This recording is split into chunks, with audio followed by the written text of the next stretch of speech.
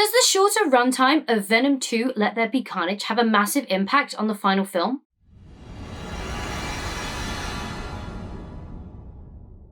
Venom 2 Let There Be Carnage has finally been released into cinemas after being well anticipated, not only just after the first Venom film hit scenes in 2018, but also in the delay of COVID-delayed films. This one has been one of the ones that people have been looking out for, especially to see Sony's latest entry into the Spider-Man series, and especially with teasers that the new Spider-Man film, Spider-Man No Way Home, dropping in December, may be the first look we have into the multiverse, including some of the old favourites from the Sony Spider-Man film. Director Andy Serkis has noted that this film does indeed have a much shorter runtime, coming in at around 90 minutes, where other films from the Marvel Sony productions come in around 2.5.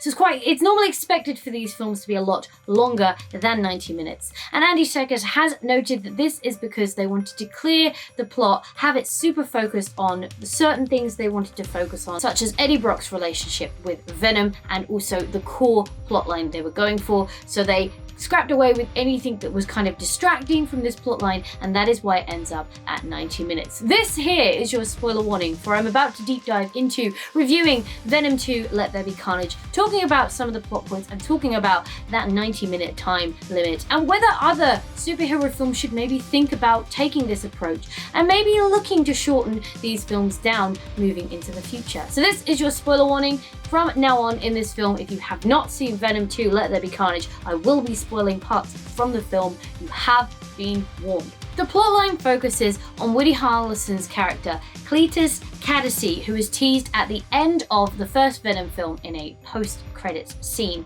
Basically, he is being trialed. He's a serial killer. He's been giving the death sentence, basically. Eddie Brock is the reporter on the scene who is kind of telling the story, but only really telling it one-sided, which, much to Woody Harrelson's character's annoyance, let's call him Carnage for the time moving forwards. It's much easier to say than the other side of his actual character's name. Basically, he invites Eddie Brock to come and visit him in jail because he wants him to help tell his side of the story, which obviously Eddie Brock doesn't do, because who wants to sympathize with the serial killer?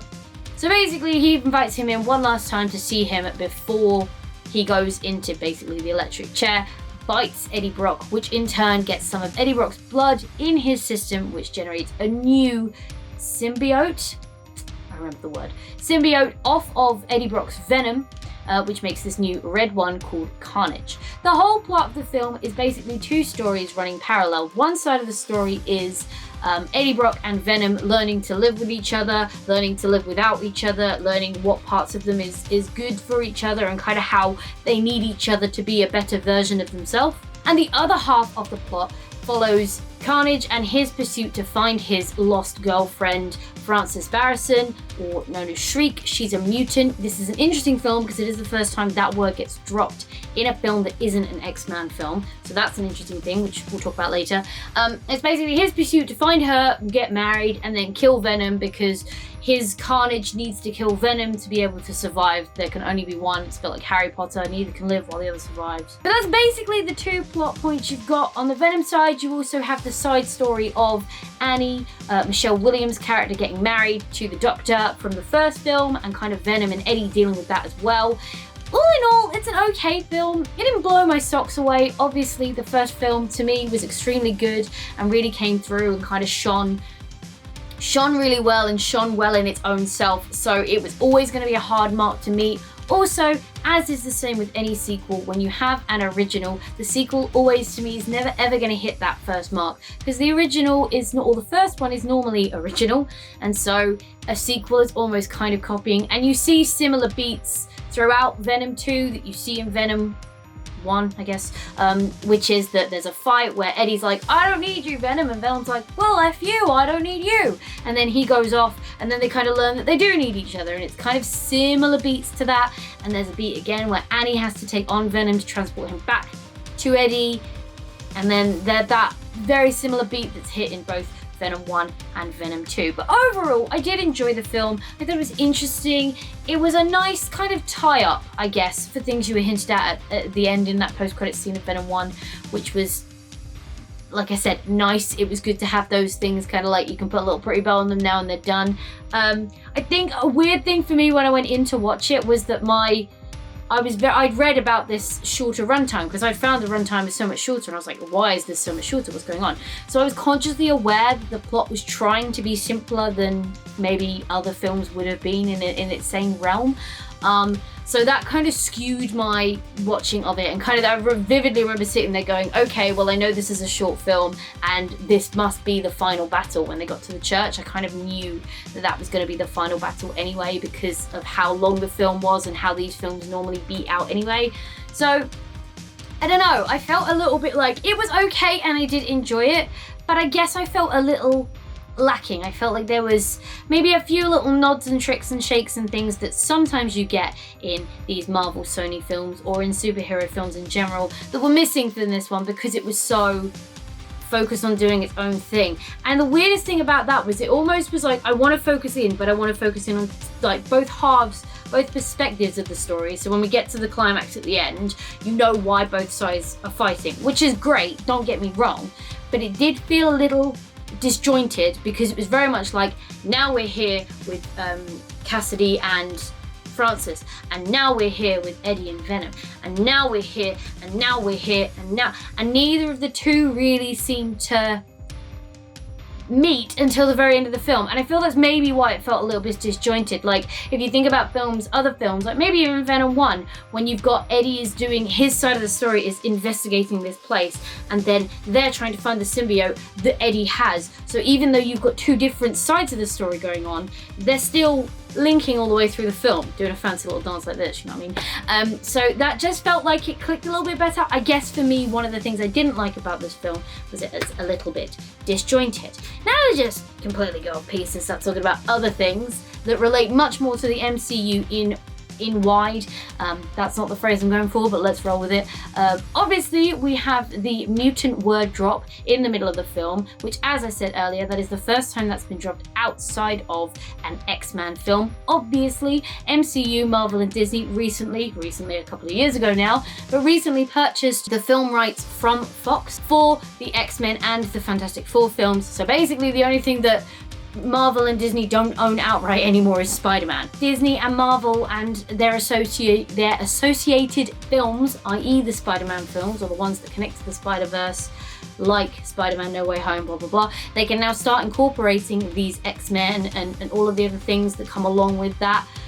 Obviously, we've had from WandaVision, you've had the WandaVision has the nod off to Quicksilver, who was mentioned in Age of Ultron but couldn't really be mentioned because all of the red tape across using mutants and that word and those kind of, like, he was never called Quicksilver in Age of Ultron, but everybody knew and visually he was Quicksilver, right? Even in WandaVision, he was never called Quicksilver, he was just called Pietro because, again, the rights and stuff, it was all about what they could do and couldn't do with what ironically is their own source material. That's a whole new thing. If you want to learn more about that, there's plenty more out on there on the internet. But because of that word drop of mutant, calling Francis or Shriek mutant is really kind of a big thing for an MCU / Sony / not Fox film to do, which does lead to the idea that Marvel is slowly starting to introduce these mutants in because they now have them, but they've got to kind of organically bring them into the story because otherwise you get all of those questions of, well, there was a big ass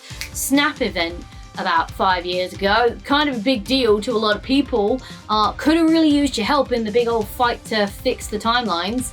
Where were you, X-Men? And that's always the thing that came up whenever you had the past films, the standalone Captain Americas and Thors, and especially like Iron Man and stuff, when you're like, we have on-world other superheroes now that we've introduced, why are they not showing up to the party they really should be? So I think things like Civil War did a really good job to start bringing those things together and give you like mini Avengers films, which were awesome, by the way. It's very interesting to see that. But yes, it's very interesting to see now that we are slowly starting to get hints, drips and dribbles of the word mutant, which does imply the incoming storm of X-Men. So do keep an eye out for that, and keep an eye out for the future few films coming out, see if there's any other little driplets of nods to the X-Men that may be insinuating their arrival. Last thing to discuss is obviously the post-credits scene where Eddie and Venom, now kind of public enemy number one, if you will, are on the run, hiding on some beach, probably in Hawaii somewhere, or some remote Caribbean island, kind of staying off the grid, trying to keep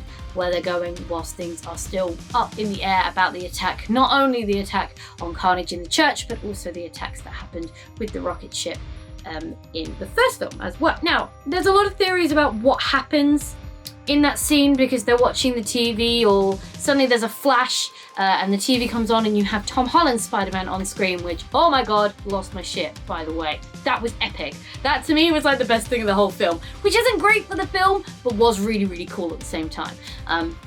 So there's that whole element to it, which obviously now introduces the idea that this Venom, this Eddie Brock, knows of Tom Holland's Spider-Man, which is the MCU Sony Spider-Man that we know of, currently running, currently active. Also confirmed that Tom Hardy as Eddie Brock is credited in Spider-Man No Way Home. Yes, I looked it up.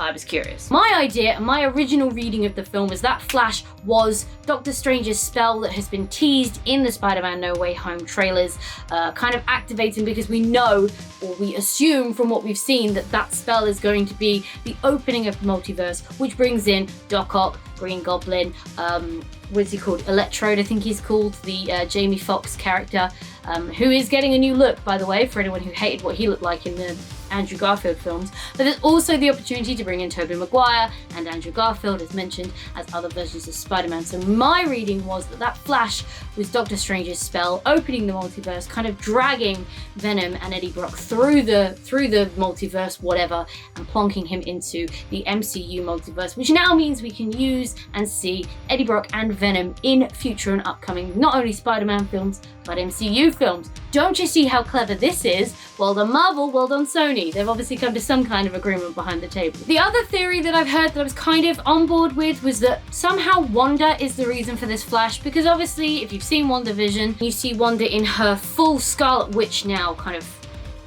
vibe, for want of a better word, and she's doing spells and twiddling with things, and there's a lot of theories at the moment running around that the reason Doctor Strange's spell goes wrong in Spider-Man No Way Home is because Wanda has an effect, and Wanda deliberately sabotages that spell for reasons unknown right now, but it's her fault that the multiverse gets opened in the first place. Maybe she was tinkering around with space-time continuum magic, and as Strange started opening this spell for Spider-Man, he was like, whoa, hang on, massive interference. The hell is this? Maybe that's how it happens. We'll find out in December. So there's two options there. I still stand by that the Flash is Strange's spell, bringing him, Venom, and Eddie Brock, along with all of the other Spider-Man, various Spider-Mans we've had, into our MCU Sony Spider-Verse that we currently have, led by Tom Holland. But do let me know your thoughts, feelings about this, about Venom, about anything you want related to the video, WandaVision, Spider-Man, whatever you fancy, down in the comment box down below, and I will happily continue that discussion with you down there. But do let me know what you thought of the film, if you've seen the film. Did you think the runtime should have been longer? Do you think they should have padded it out a little bit more? Or do you think it was just right, and that more superhero films will take this direction of clean up the plot, keep it nice and simple, keep it focused, and keep it shorter? Let me know what you think down in the comment box down below. But for now, thank you so much for hanging out with me today. It's been an absolute blast, as always. If you enjoyed this video, go show that like button some good old-fashioned love. And if you want to support the channel, go hit subscribe and ring that bell so you don't miss next time I upload a video. Stay awesome, and I will see you all in the next video!